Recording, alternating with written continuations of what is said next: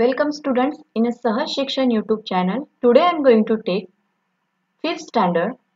Subject is Environmental Studies Part 1. In that chapter number 1 is our Earth and our solar system. So I have taken first part of this chapter. Today I am going to take second part of this chapter. Before going to second part of this chapter, let's take a short revision about the first part of this chapter. Is what is a solar system? See, there is a solar system. It having middle is a sun. Sun is a star which is having their own light. Then Mercury, Venus, Earth, Mars, Jupiter, Saturn, Uranus, Neptune and Pluto. These are the planets. They don't have their own lights. For that, they revolve around the sun in their own path or in their own orbit. Earth have their own satellite is called as a moon. Moon is also revolves around the earth.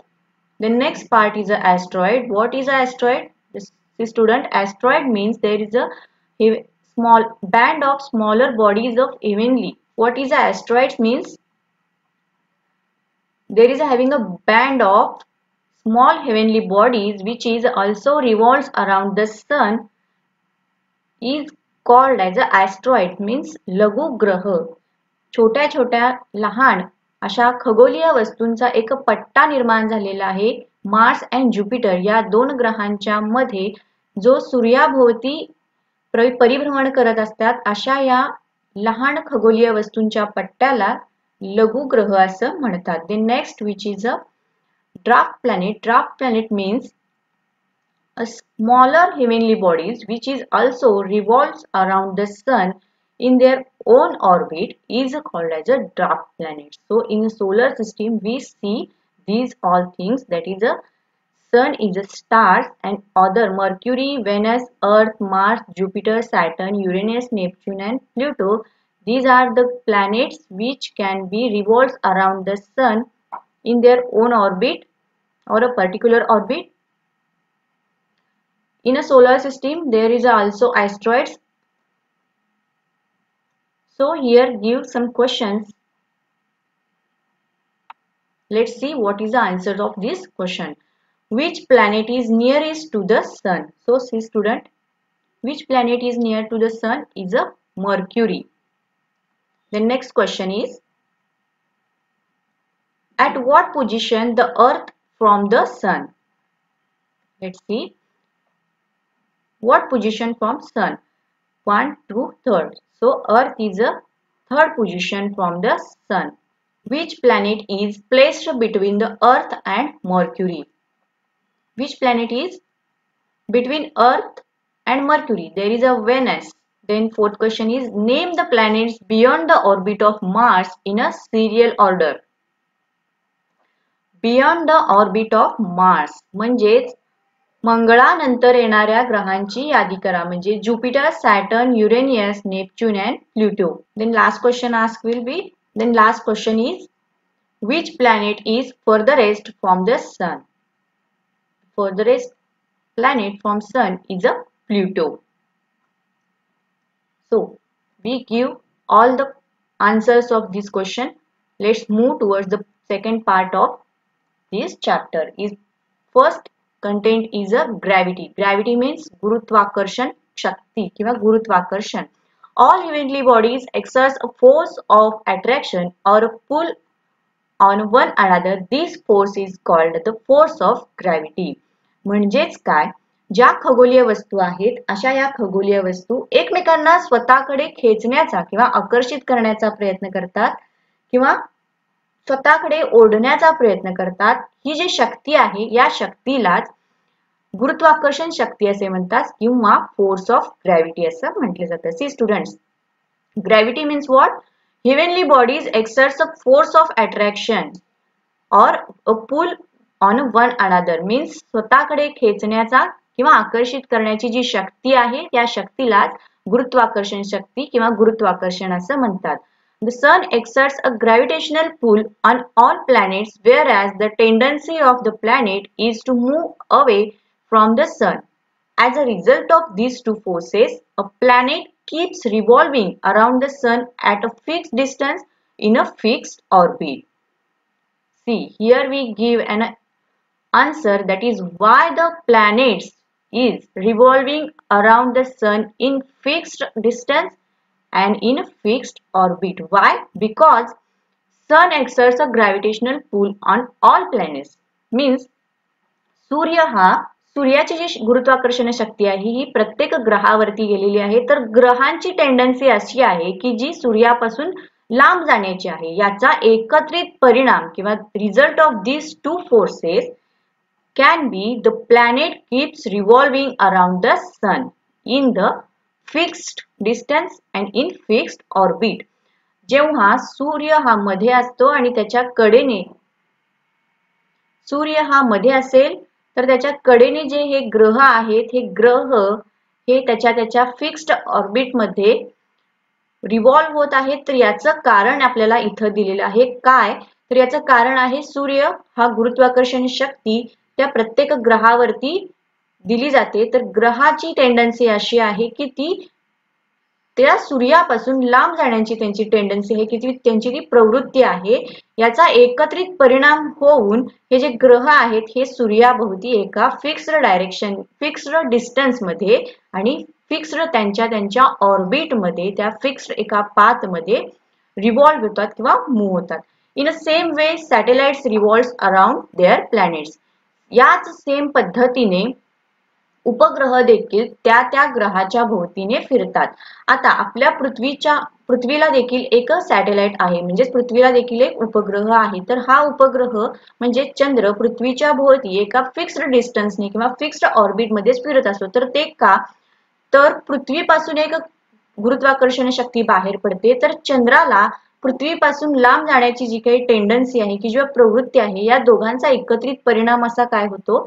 तर चंद्र हा पृथ्वीपासून एका fixed डिस्टन्सने आणि एका fixed अशा ऑर्बिटमध्ये किंवा एका fixed पाथमध्ये पृथ्वीभोवती तो रिव्हॉल्व होत असतो किंवा पृथ्वीभोवती परिभ्रमण करत असतो.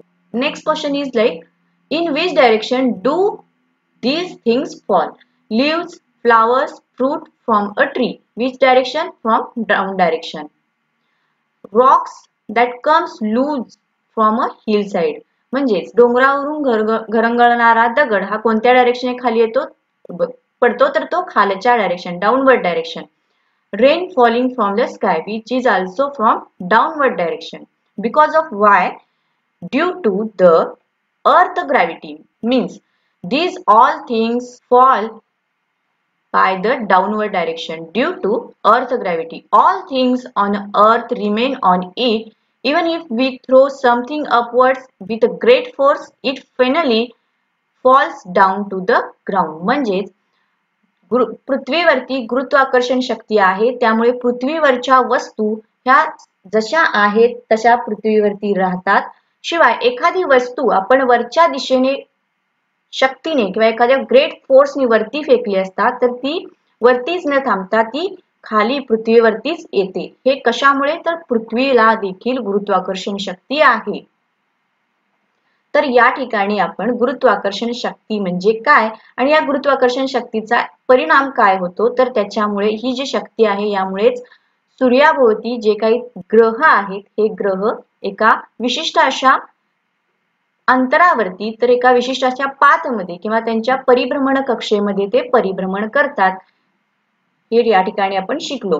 तर नेक्स्ट आपण एक शिकणार आहोत ते म्हणजे स्पेस. स्पेस मीन्स अवकाश. The emptiness between the and beyond the stars and planets is called space or outer space. Emptiness म्हणजेच काय? पोकळी. तारे आणि ग्रह या दोघांच्या मध्ये जी काही पोकळी झालेली आहे या पोकळीलाच आपण स्पेस म्हणजेच अवकाश असं म्हणतो. तर आउटर स्पेस त्याला आपण अंतराळ असं सुद्धा म्हणतो. बघा, दोन शब्द या ठिकाणी आपण नवीन शिकलेलो आहे, स्पेस और आउटर स्पेस. अवकाश म्हणजे काय किंवा अंतराळ म्हणजे काय? तर ताऱ्यांच्या मध्ये आणि ग्रहांच्या मध्ये जी पोकळी निर्माण झालेली आहे त्याला आपण स्पेस असं म्हणतो. Let's move ahead. People have always been curious about the heavenly bodies in the sky. They have always wanted to reach them. However, to send some objects from the earth into a space, it must be given power against the force of gravity. Means we lived on earth. So we have very curious about what exactly in a space. What is the heavenly bodies? So for that, people wanted to reach them or want to send some object from an earth into a space. But earth have a gravitational force, so anything we will throw upward direction, it will be finally comes to down on a ground. For that, we will give some power which will be against the force of gravity. म्हणजेच गुरुत्वाकर्षण शक्तीच्या विरुद्ध अशी एक शक्ती आपल्याला त्या वस्तूमध्ये जी वस्तू आपण पृथ्वीवरून अवकाशामध्ये पाठवणार आहे त्यामध्ये दिली पाहिजे की जेणेकरून ती गुरुत्वाकर्षण शक्तीच्या विरुद्ध दिशेने असेल, त्यामुळे ती वस्तू वरच्या दिशेने जाऊ शकेल. रॉकेट टेक्नॉलॉजी और space launch technology is used for that purpose. तर या सगळ्या गोष्टीचा अभ्यास करण्यासाठी एक टेक्नॉलॉजी यूज केली जाते, त्याच टेक्नॉलॉजीला रॉकेट टेक्नॉलॉजी किंवा स्पेस लॉन्च टेक्नॉलॉजी असं म्हटलं जातं. म्हणजेच अवकाश प्रक्षेपण तंत्र. स्पेस लॉन्च टेक्नॉलॉजी म्हणजे अवकाश प्रक्षेपण तंत्र. One of the Diwali firecracker is called a rocket. See student, in a Diwali you will be burn rocket firecracker. This firecracker or this firecracker rocket firecracker will packed with explosive substances. Means विस्फोटक अशा पदार्थांनी ते भरलेलं जातं. जेव्हा आपण त्याला पेटवलं जातं तेव्हा तो झपाट्यानं पेट घेतं आणि एक प्रचंड प्रमाणात ऊर्जा निर्माण करतं आणि या ऊर्जेचा परिणामानेच ते वरच्या दिशेने झेप घेतं किंवा वरच्या दिशेने ते पेटत जातं. This explosively burn rapidly and produce a lot of energy. So the design of the rocket is such that the firecracker is pushed in a certain direction at a great speed. हे जे रॉकेटचं design आहे त्याचप्रमाणे निर्माण केलेलं आहे. या ठिकाणी आपल्याला दोन पिक्चर्स दिसत आहेत. हे आहे space launch using rocket and Diwali rockets. See students, these two pictures and rockets having a same design. Very powerful rockets are used to send spacecraft into space. Spacecraft म्हणजेच अवकाशयान. तर अशी अवकाशयान आपल्याला अवकाशामध्ये पाठवण्यासाठी भरपूर शक्तिशाली असे रॉकेट्स आपल्याला वापरावे लागतात. A tremendous quantity of fuel is burned in rockets so that spacecraft weighing thousands of tons can be launched into a space. अशा या अवकाशयानामध्ये प्रचंड प्रमाणात इंधन भरलं जातं आणि हे इंधन जे आहे त्याची पेट घेतल्यामुळे ते हजारो टनांचं जे हे अवकाशयान आहे हे स्पेस मध्ये लॉन्च केलं जातं. In the 20th century, a few countries of the world developed space technology and sent hundreds of spacecraft into a space. 20व्या शतकामध्ये भरपूर अशा देशांनी किंवा बहुतांश देशांनी स्पेस टेक्नॉलॉजी वापरण्यात आली किंवा त्याचा अभ्यास करून त्यांनी 100वर असे अवकाशयान अंतराळामध्ये सोडलेली आहेत. Our country is well known for the development of its space launch technology. आपला भारत देश हे एक सुद्धा उत्तम उदाहरण आहे. Some spacecraft remain in a space, some are brought back to the earth while some land on other planets or satellites. Means we send a spacecraft in a space for what purpose? To see what is the weather in a space or what is the soil. म्हणजेच काय तर काही अवकाशयान ही अशी आहेत की जी अवकाशामध्ये थांबलेली आहेत किंवा it remains in a space. Some are brought back to the earth while some land on other planets or satellite. काही हे तिथे जाऊन पुन्हा पृथ्वीवरती परत आलेले आहेत तर काही अवकाशयाने ही इतर ग्रहांवरती गेलेली आहेत तर काही उपग्रहांवरती देखील गेलेली आहेत. तर त्याचं एक्झाम्पल आपण देऊ शकतो. भारताने जो उपग्रहावरती जे यान पाठवलं आहे त्या यानाला चांद्रयान मोहीम असं म्हटलं गेलं. त्यानंतर मंगळावरती देखील एक यान पाठवलं होतं त्याला मंगळयान मोहीम असं देखील म्हटलं गेलेलं आहे. तर बघूयात आपण India space mission. First is a Chandrayaan. On 22 October 2008, the Indian Space Research Organization (ISRO) launched a spacecraft to the moon. The mission is known as a Chandrayaan first. Means ISRO can launch a spacecraft into a moon. म्हणजेच ISRO या कंपनीने एक अवकाशयान चंद्रावरती पाठवलं होतं. ही जी मोहीम होती याला चांद्रयान 1 असे मोहीम नाव दिलेलं आले. त्यानंतर Mangalyaan is another important Indian space mission. It is known as a MOM or Mars orbit mission. त्यानंतर मंगळावरती देखील एक आपण स्पेसक्राफ्ट पाठवलं, त्याला मंगळयान मोहीम असं म्हटलेलं आहे. It was launch on 5 October 2013. It got established in an orbit round the planet Mars on 24 September 2014.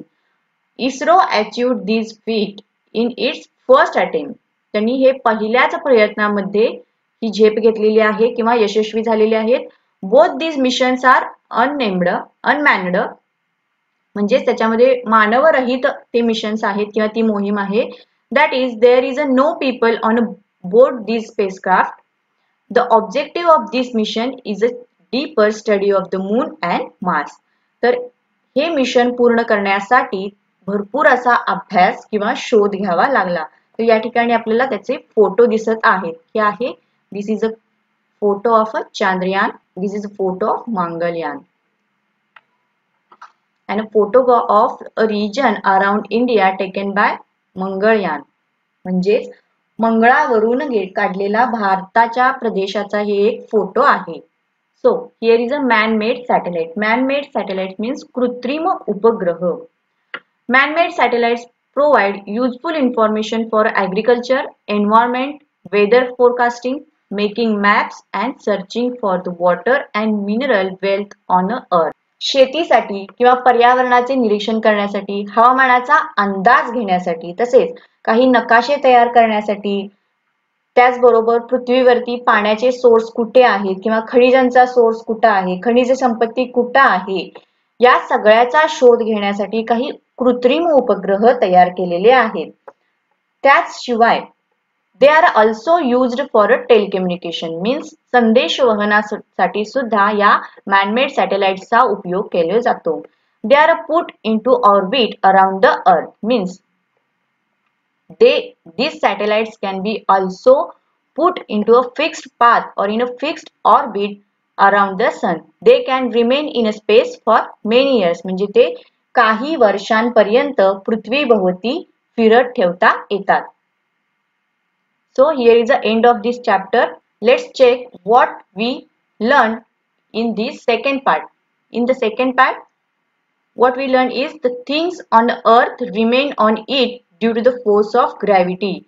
पृथ्वीवरच्या ज्या वस्तू आहेत या पृथ्वीवरच थांबतात. जर एखादी वस्तू वरती फेकली तर ती पुन्हा पृथ्वीवरती खाली येते. याचे कारण काय आहे तर फोर्स ऑफ ग्रॅव्हिटी, तर गुरुत्वाकर्षण शक्तीमुळे हे सर्व घडते. नेक्स्ट पार्ट या नेक्स्ट कंटेंट बघितला आपण. To travel in a space the earth's gravitational force has to be overcome. Rocket technology helps us to do that. Means travel in a space we required against the force of gravitational force to move upward direction in a space. Is the technology of that is called as a rocket technology. So students, do you like this video? Please click on a like button and comment. Thank you.